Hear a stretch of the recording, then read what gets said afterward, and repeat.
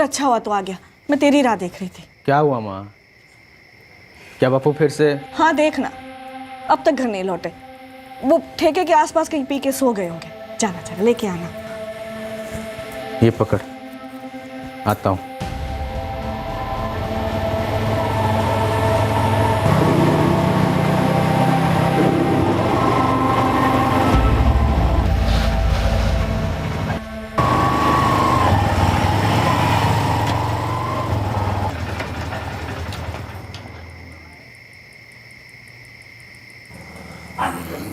बापू, बापू। हाँ कौन है? बापू मैं सुरिंदर। ज़्यादा होली थी कुछ, हाँ, और नींद भी आ रही थी, तो वही मन ने ये सोचा कि हरिराम के घर के सामने लेट लूँ थोड़ी देर। बापू कितनी बार कहा है, एक मोबाइल ही रख लो, कभी भी फोन कर दो, लेने आ जाऊंगा। अरे बावड़ा हो गया कि तू है? दारू पी के खुद को तो मैं संभाल ना सकूं, और ये मोबाइल शोबाइल ने कैसे संभालूंगा मैं? पता था मेरे को तू आवेगा मेरे को लेने के लिए। अच्छा अच्छा ठीक है, चलो माँ राह देख रही है, चलो चलो चलो। चल बेटा चल चल।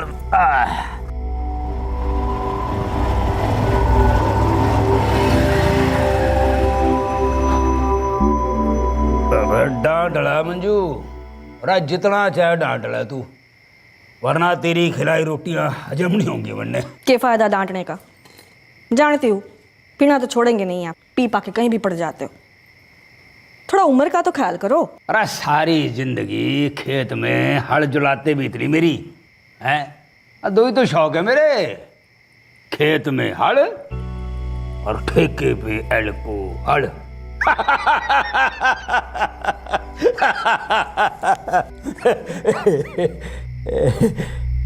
अरे सुरिंदर बेटे, अरे चुपचाप क्यों बैठा तू? कोई परेशानी है क्या? नहीं बापू, कोई परेशानी ना है, सब ठीक चल रहा है। वाह, धंधा पानी ठीक ठाक चलन लाग रहा ना? हाँ हाँ बापू, ठीक चल रहा है ना। कोई परेशानी है तो बता दे। अरे देख मैं नशे में हूँ पर बेहोश नहीं मैं, तू बता सके मेरे को, अरे शायद मैं कुछ मदद कर सकूं तेरी। बापू कोई परेशानी ना है। पक्की बात? एकदम पक्की बात। फिर बढ़िया है।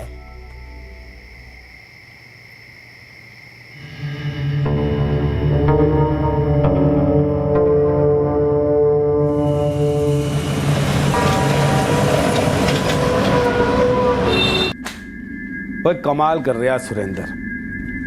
ओए मैं अपनी रकम मांग रहा हूँ और तू टाइम मांग रहा है। और कितना टाइम दूं तन्ने हैं? और 4 महीने रुकने के लिए कहा था, मैं रुक लिया। अब वीरेंद्र जी थोड़ा टाइम और दे दो। आप तो जानते हो क्या हुआ मेरे साथ, ऐसी नौबत ही नहीं आती जो उस बिल्डर ने धोखा नहीं दिया होता। लेकिन धोखा दिया ना। कितने? 20 लाख रुपए गंवाए ना तन्ने उस दिव्यानगर की जमीन में। अब ऊपर से 15 लाख तन्ने मुझे और देने हैं, और 1.5 लाख रुपया हो गया ब्याज का। कितने हो लिए? 16.5 लाख। और जो 20 लाख का घाटा हुआ वो अलग। देख सुरिंदर, कम से कम 35 से 40 लाख रुपया तेरे हाथ में आएगा, तब जाके तेरे नुकसान की भरपाई होगी। हाँ सो तो है। एक आप ही बता दो ना अगर कोई रास्ता हो तो। भाई रास्ता तो है, और तेरे सामने है। क्या? यो है। यो के? और यो है तेरे बापू के बीमे के पेपर। 1 करोड़ रुपए के हैं। पिछले साल तन्ने कराया था, याद है ना?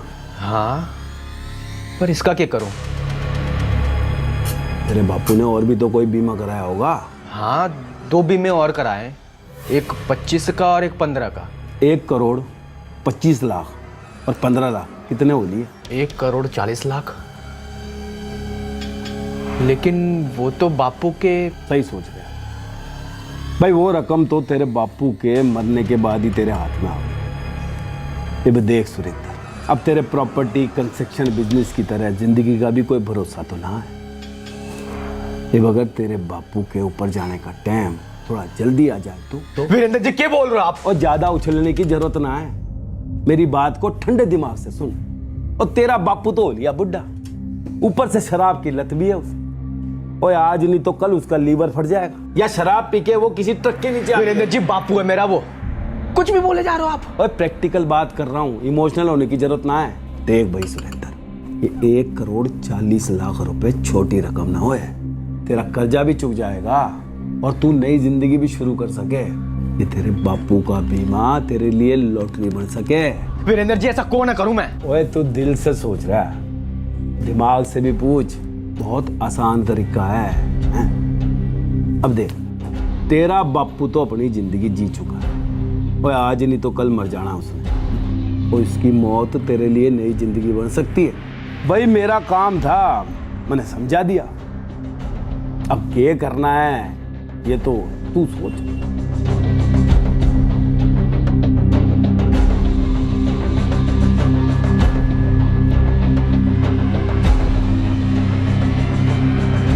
सुरेंद्र के मन में पनप रहा ख्याल उसके दिल को दहला रहा था। डर से ज्यादा उसे एक गिल्ट का भाव सता रहा था। अपने कर्ज के बोझ को उतारने का रास्ता उसे अपने पिता की मौत में नजर आ रहा था। क्या वो अपनी इस बहकी सोच पर लगाम लगा पाएगा? क्या वो वाकई इस घिनौने अपराध को अंजाम देने वाला था? यार खेता ने देख के बड़ी खुशी हुआ है मेरे को।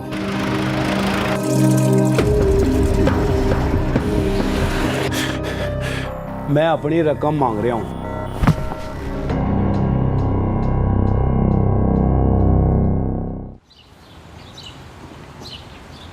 जा रहा तू बेटे? जी बापू, चलता हूँ। जीता रहा जा। सही सोच रहा तू बेटे, ऐसे होना चाहिए। देख बेटे, हर इंसान ने जीवन में अपनी पहचान बनानी चाहिए, और तू वही तो करने लाग रहा है। अपने बाप के नाम पे नहीं, अपने बलबूते पे आगे बढ़ने लाग रहा है। तो यो देख के मेरे को तेरे पे घना नाज हो रहा बेटे। शाबाश, जा खुश रह।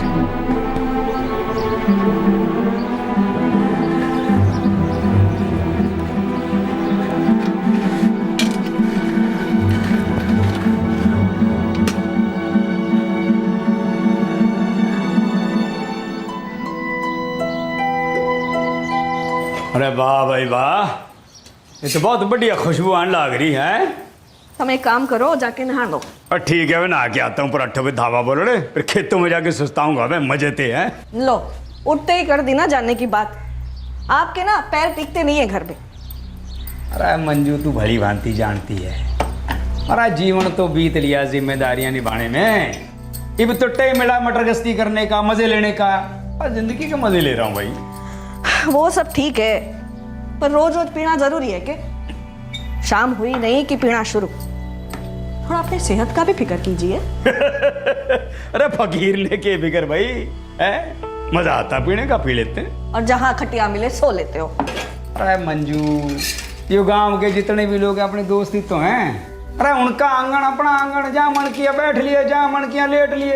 अरे तू चिंता मत किया कर, परांठे बना तू फटाफट, मैं भी आया ना के। आपसे ना कोई बातों में नहीं जीत सकता। और तेरे ते ना परांठे बनाने में।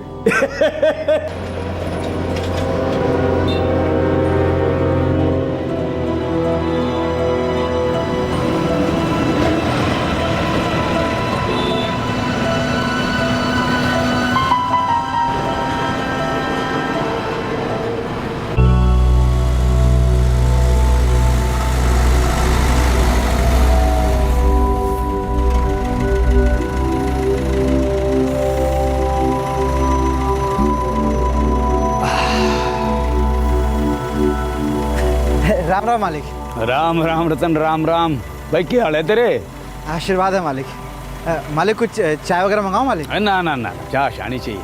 अभी रोटी खा के निकला मैं करते। भाई बात यो है यार, खेता ने देख के बड़ी खुशी हुआ है मेरे को, इसीलिए यहाँ पे चला आता हूँ। भाई तुम अपना काम चालू रखो, जाओ, मेरे पाछे भागने की जरूरत नहीं है। जाओ काम करो, जाओ जाओ जाओ। वाह भाई वाह।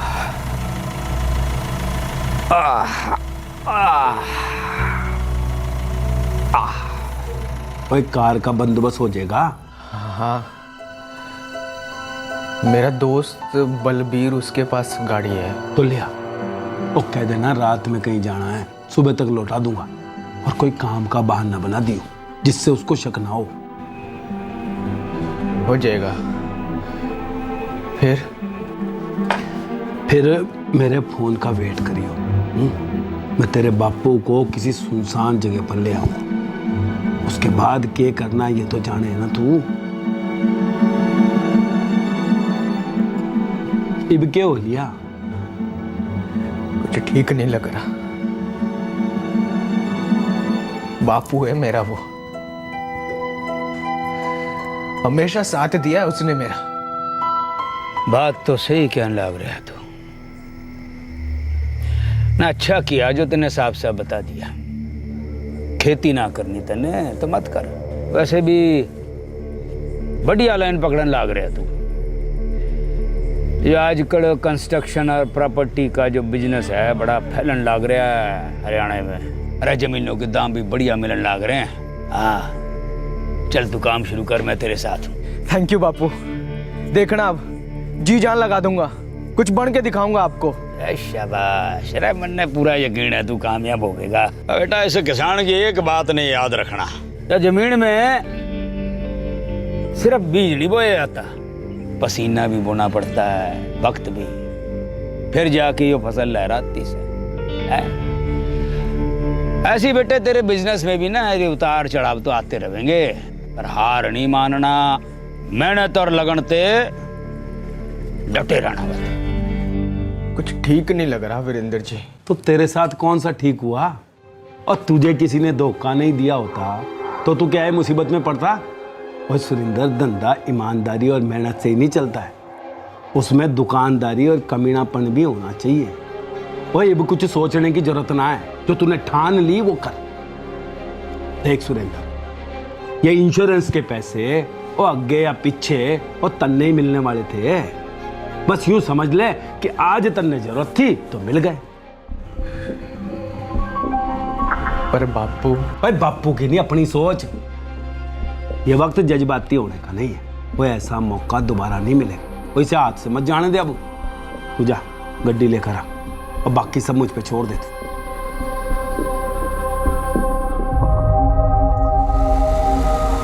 भावनाओं के तराजू में किसका पलड़ा भारी था? धंधे में हुए नुकसान से सर पर चढ़े कर्ज का, या बेटे के पिता के प्रति फर्ज के कर्ज का?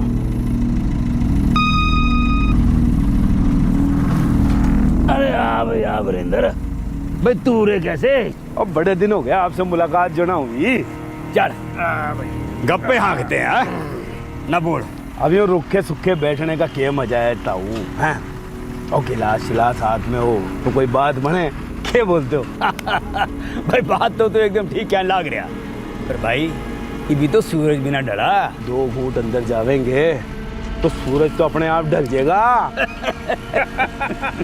और बात यूं है ताऊ कि मेरा एक क्लाइंट इंश्योरेंस के प्रीमियम के साथ 2 विलायती बोतल भी पकड़ा गया।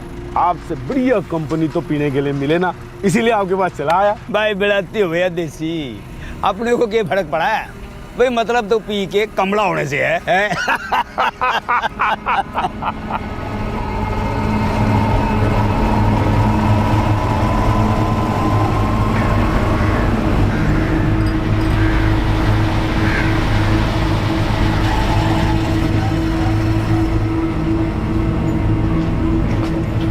ले भाई। थैंक यू यार बलबीर। कोई नहीं यार, मजे से ले जा। वैसे जा कर रहा तू?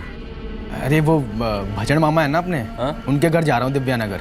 क्या लौटते वक्त काफ़ी रात हो जाएगी तो सोचा ये हाईवे पर बाइक चलाने से अच्छा है तेरी गड्डी ले जाऊँ। अरे बिल्कुल सही सोचा यार, जा जा ले जा। सुबह होने से पहले लौट आऊँगा। अरे कोई ना यार, कोई जल्दी ना है, तू आराम से ले जा जा।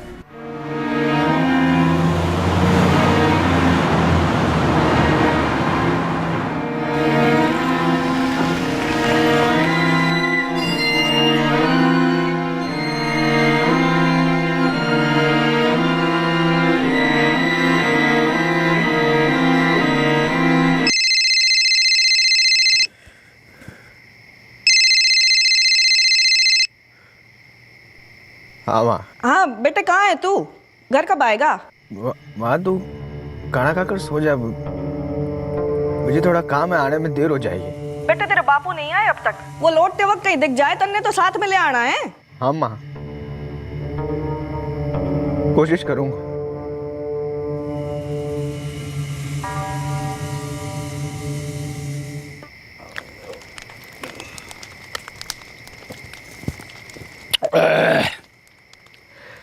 भाई ये बिलाती तो खत्म हो रही, पर एक बात तो माननी पड़ेगी भाई, मक्खन की तरह गले से नीचे उतर गई है। कब चढ़ गई पता ही नहीं चला। ताऊ ये बिलायती तो हो गई खत्म। क्या करें? ये भी चल के देसी चढ़ाते हैं, क्या कहते हो? चल भाई, आज देसी विदेशी दोनों का मजा ले लेते हैं। चल भाई। अरे ताऊ वो मन्ने लागे चढ़ गया हूँ। हाँ भाई वीरेंद्र भाई, चढ़ तो ली। एक काम करता हूँ भाई, मैं यहाँ साइड पे बैठ लेता हूँ मैं कहीं थोड़े टाइम के लिए। ताऊ तुम साइड में ही हो, इतने बैठो बैठो इधर।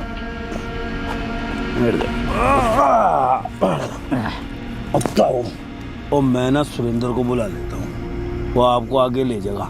बुला ले, तू बुला ले सुरेंद्र ने, मैं थोड़ी देर लेट लेता हूँ यहाँ पे तब तक है। अरे मेरा पढ़ना कित गया भाई? हाँ वो जान देता हूँ। ठीक है, गया तो गया, फिर जान दे। गया भाई, जान दे गया। वाह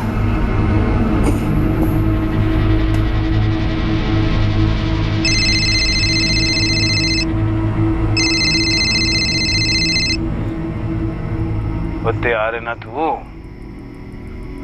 हाँ तैयार हो।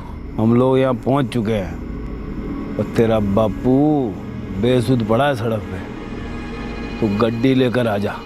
और सुन रहा है ना तू? हाँ सुना। जल्दी आ जा, मैं तब तक तेरे बापू को ना बीच में लटाता हूँ।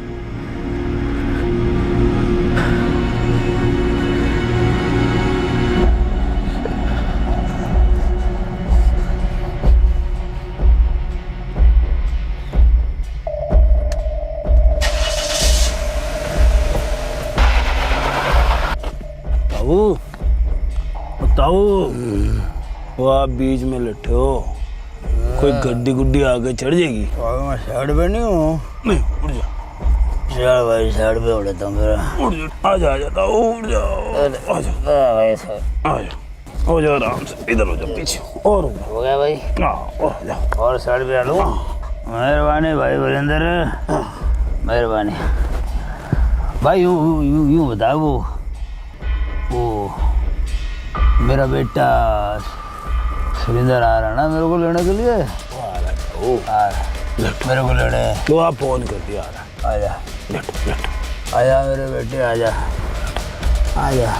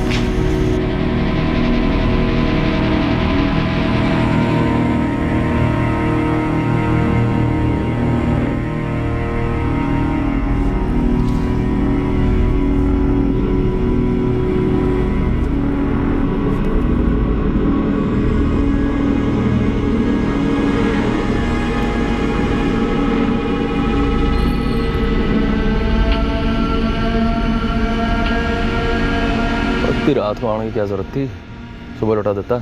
चल अब आ गया तो यहीं सोचा सुबह चले जाना। अरे नहीं यार बलवीर, घर जाऊंगा, माँ को बोल के आया था। ठीक है फिर तो जा।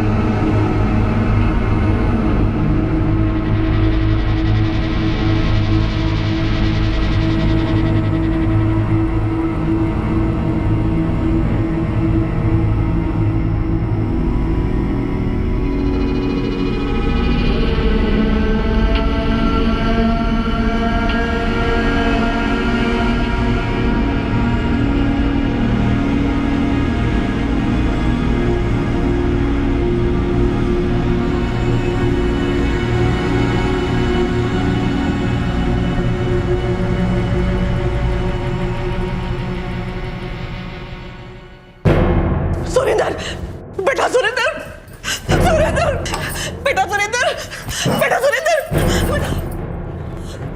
क्यों क्या हुआ? और रतन, रतन आया है। तू रो क्यों रही है? क्या कह रहा है रतन?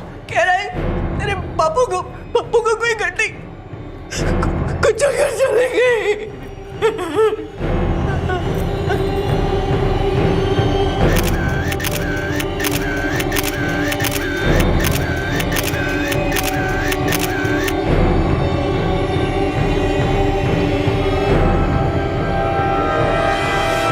सर, मरने वाले का नाम रंजीत दैया है। उसके घर खबर भेजी, उसका बेटा और बीवी आते ही होंगे।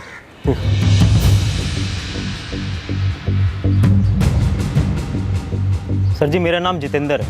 मेरे बापू इस गांव के सरपंच हैं। सबसे पहले लाश को तुम ही ना देखा था? नहीं सर जी, हमारे गांव का एक आदमी है सुखपाल, वो इस रास्ते से गुजर रहा था। सबसे पहले उसी ने देखा था। वो दौड़ा दौड़ा मेरे पास आया, मैंने फ़ौरन यहाँ आके आपको फ़ोन कर दिया। सर जी, रंजीत चाचा की पत्नी और बेटा आ गए।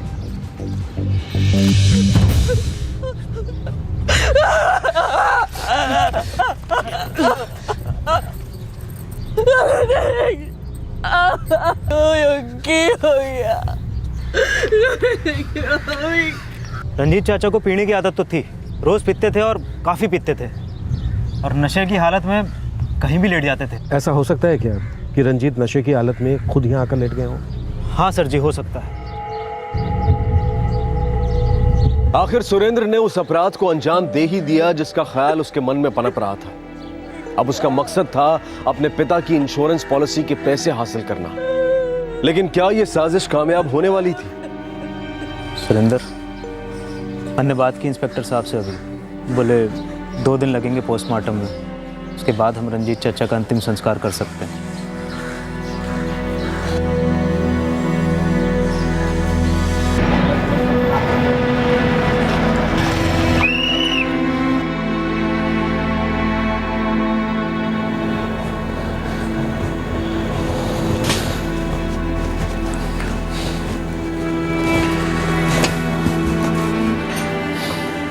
देख सुरेंद्र, जो तेरे चेहरे की मायूसी देख के तो किसी को शक ना होगा, लेकिन तेरी आंखों का डर मन ने डरा रहा है। बस संभाल अपने आप को। ये जो करना था ना, हमने कर दिया और सब सही हुआ है। और मन ने पता लगाया है, पुलिस ने भी एक्सीडेंट का केस दर्ज किया है। वह हमारा नाम कभी नहीं आएगा। माँ से आंख नहीं मिला पा रहा, उसके आंसू थम ही नहीं रहे। खुद को यह दिलासा देने की कोशिश कर रही है, जो हुआ वो भगवान की मर्जी थी। भैया, सुरेंद्र हमेशा उन्हें ढूंढ के लेके आता था। हमारी किस्मत में यही लिखा था, इसलिए सुरेंद्र भी नहीं था घर में, वरना हमेशा की तरह ढूंढ के ले आता उन्हें। ये भी दुख तो होगा ही है, तो इतना टेंशन क्यों ले रहा है इसमें है? और रोना चाहती है ना तो रोने दे, और मन हल्का हो जाएगा उनका, और धीरे धीरे सब ठीक हो जाना है। और काम की बात ध्यान से सुन, 1 हफ्ते में इंश्योरेंस का क्लेम फाइल करना है, और 1-2 महीने में तेरे अकाउंट में पैसा आ जाना है। उसके बाद अपना कर्जा चुका देना। वो एक बार तेरा कर्जा चुकता हो गया तो फिर बेटे का फर्ज निभाना और खुश रखना अपनी मां को है। वह बिस्माल अपने आप को।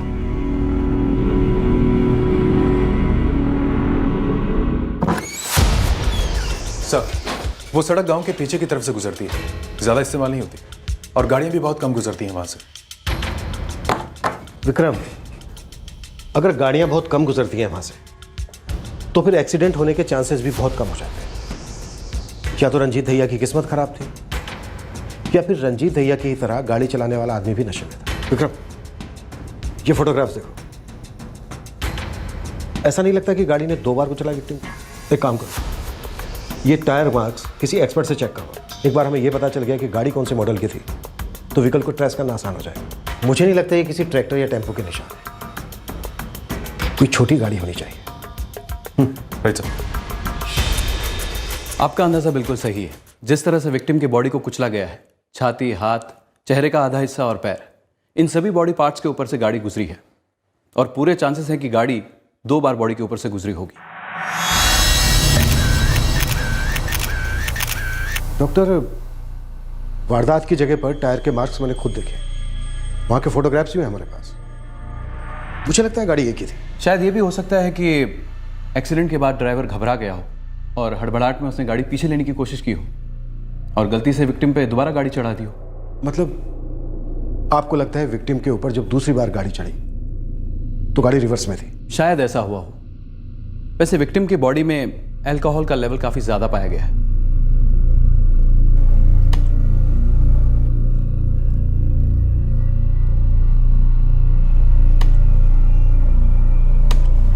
सर, ये दोनों टाइम मार्क एक ही कार के? लगता तो ऐसा ही है, लेकिन डिटेल स्टडी के बाद ही मैं कंफर्म कह पाऊंगा।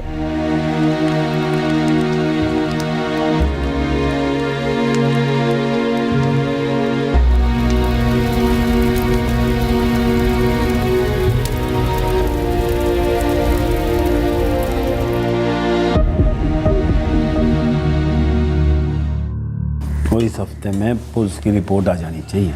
उसके बाद ये पेपर मैं इंश्योरेंस कंपनी में जमा करा दूंगा।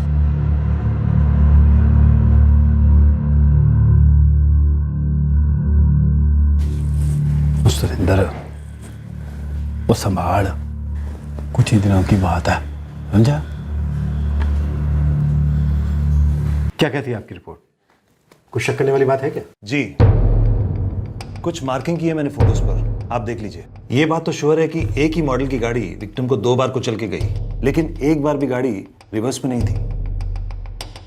टायर्स पर जो ट्रेडमार्क्स हैं, इनसे साफ पता चलता है गाड़ी जब विक्टिम की बॉडी के ऊपर से रोल हुई तो दोनों बार टायर्स आगे की ओर घूम रहे थे।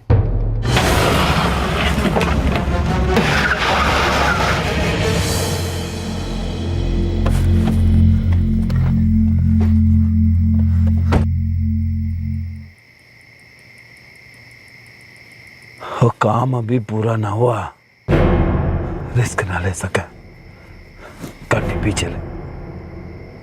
सुरेंद्र, वो गाड़ी पीछे ले।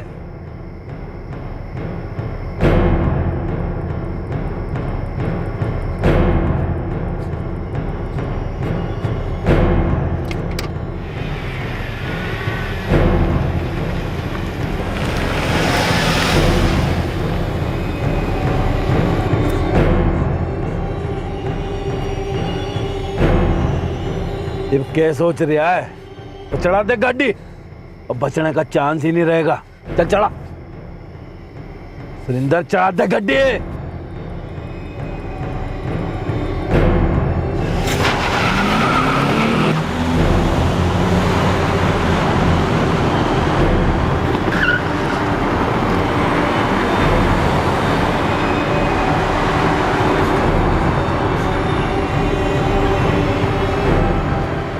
मैंने सारे फोटोज चेक किए, गाड़ी रिवर्स में तो ली गई थी, लेकिन बॉडी से सेफ डिस्टेंस मेंटेन करते हुए। इस फोटो में सड़क पर जो टायर मार्क्स हैं वो रिवर्स के हैं। कुछ डिस्टेंस पर गाड़ी रिवर्स लेने के बाद फिर से गाड़ी विक्टिम की डायरेक्शन में आगे बढ़ी और दोबारा उसे कुचलकर निकल गई। आपको लगता है ये एक्सीडेंट नहीं बल्कि मर्डर है, जिसे एक्सीडेंट बनाने की कोशिश की गई? पूरे चांसेस है ऐसा होने के। और इस तरह रंजीत भैया की मौत के पीछे रची गई साजिश की बू पुलिस ने सूंघ ली।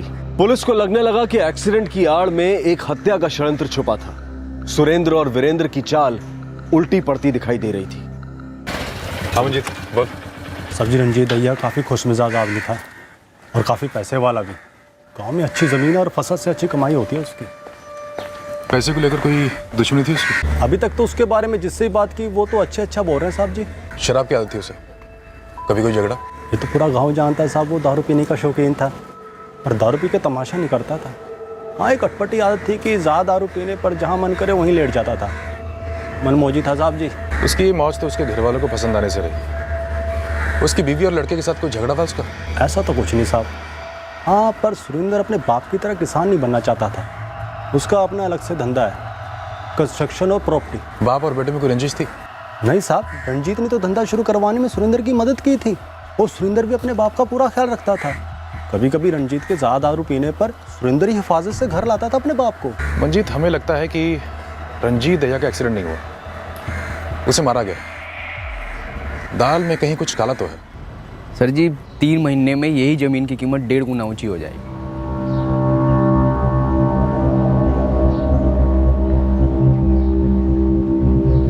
सर जी 1 मिनट, अभी आया। क्यों कह रहे थे? सुरेंद्र भैया, पुलिस आपके घर आई थी। माँ जी को अपने साथ थाने ले गई है। माँ को? क्यों? भैया कह रहे थे कुछ सवाल जवाब करनी है मालिक के एक्सीडेंट के बारे में।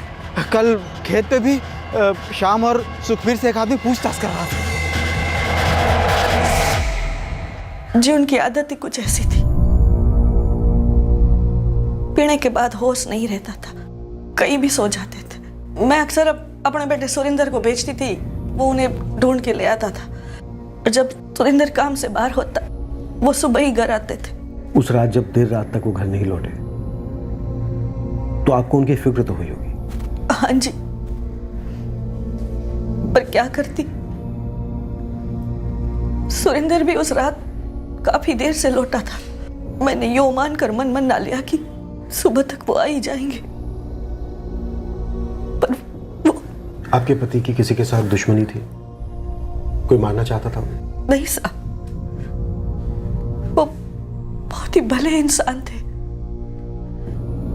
सबसे अच्छे से बात करते थे, खुद खुश रहते थे, सबको खुश रखते थे। बस यो पीने की आदत थी। कोई ऐसा जिसे उनकी मौत से फायदा होने वाला हो? उनको मार के किसको क्या फायदा हो सकता था? शायद हमारी किस्मत में यही लिखा था। मन ने तो लगता है आपका शक बेबुनियाद है साहब। नहीं मंजू जी, हमारा शक बेबुनियाद नहीं है। वारदात की जगह से हमें ऐसे सुराग मिले हैं जो ऐसा इशारा करते हैं कि एक्सीडेंट नहीं था। मेरा मतलब एक्सीडेंट किया गया जानबूझकर, जान से मारने के इरादे से। साहब जी, दाल में छिपा कंकर दिख गया।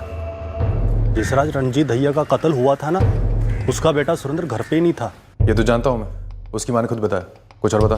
क्या ये बताया कि उस रात वो अपने दोस्त बलबीर की कार लेकर कहीं बाहर गया था? कार लेकर? कहाँ गया था वो? मंजू, उस दिन आपका बेटा सुरेंद्र कहाँ गया था? अपने किसी काम से ही गया हुआ था। पर कहाँ? बंदे ना पता, पर काफी देर से लौटा था। घर की एक चाबी उसके पास भी रहती है।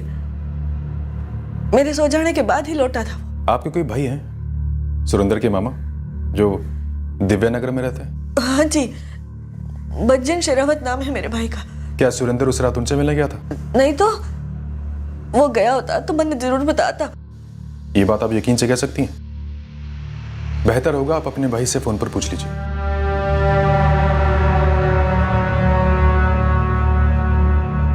हाँ मंजू बोल, क्या बात है? जिस रात इनका एक्सीडेंट होया था, सुरेंद्र आपसे मिलने आया था क्या? नहीं तो सुरेंद्र को तो यहाँ आए 1 महीने से ज्यादा हो गया है, पर तू पूछ क्यों रही है? बात क्या है? ना ना कोई नहीं, मैं बाद में बात करती हूँ आपसे। नहीं साहब, सुरेंद्र वहां नहीं गया था। मैंने कहा ना, वो गया था तो मैंने जरूर बताता, पर ये गलत बात आपको बताई किसने? आपके बेटे के दोस्त बलबीर ने। और ये बात सही है या गलत, ये हम पता लगा ही लेंगे।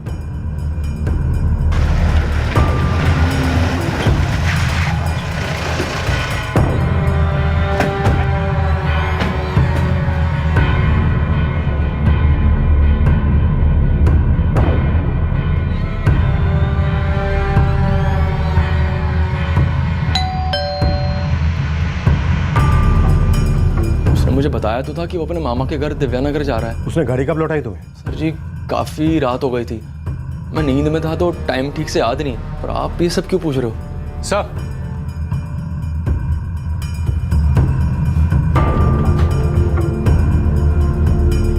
सर लगता है रंजीत वाले को इसी गाड़ी से कुचला गया था। टायर पर खून के निशान अब भी हैं।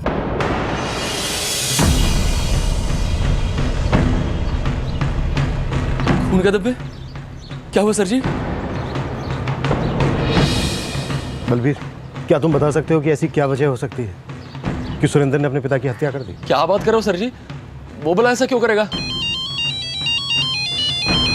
हेलो सर जी, मैं जितेंद्र बोल रहा हूँ, सरपंच मनोहर जी का लड़का। हाँ जितेंद्र, बोलो क्या बात है? क्या आप अभी मेरे खेत पे आ सकते हैं? क्यों, बात क्या है? सुरेंद्र आया हुआ है, उसने मुझे बताया कि उसी ने अपने बापू को मार डाला। तुम उसे वहीं पे रोके रखो, हम अभी आ रहे हैं। सर, सुरेंद्र ने जितेंद्र के सामने अपना जुर्म कबूल लिया है, वो समय उसके खेत पर है। मूव। बलबीर, गाड़ी को हाथ मत लगाना, हमारी दूसरी टीम आकर गाड़ी को सीज करेगी। ओके?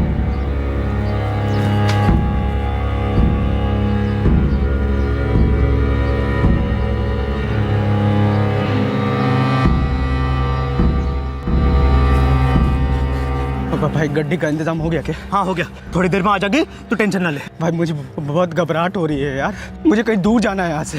पुलिस वाले माँ को पूछताछ के लिए लेके गए, मुझे भी ढूंढ रहे होंगे यार। मैं मानता हूँ मुझसे बहुत बड़ी गलती हो गई, पता नहीं क्या हो गया था मुझे। तू मुझे निकाल सकता है यहाँ से? तू संभाल देगा भाई, निकाल ले मुझे यहाँ से। शांत हो जा, देख मैं हूँ ना तेरे साथ, तो घबरा मत। मैं जेल नहीं जाना चाहता यार।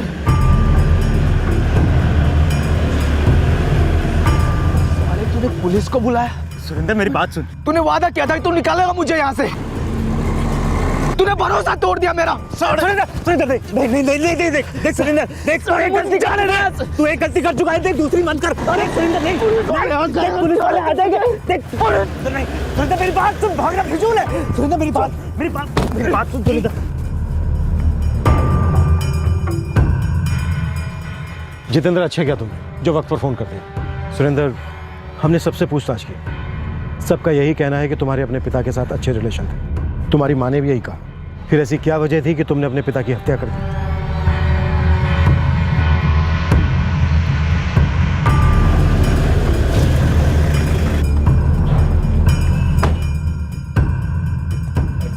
क्या बात हो गई भाई? चल। अरे भाई सब बात क्या हो गई ये तो बताओ।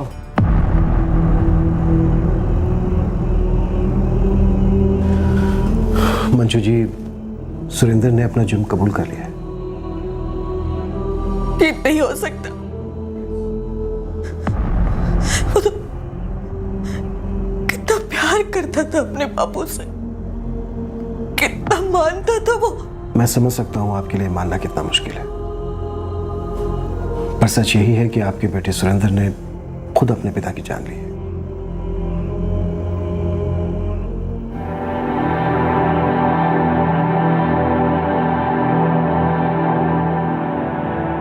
यो क्या कर दिया तन्ने? बात उस वीरेंद्र के 15 लाख लौटाने की थी तो अपने बापू से मांग लेता। अपने बापू के खाते में इतने पैसे तो थे, खुशी खुशी दे देते तन्ने।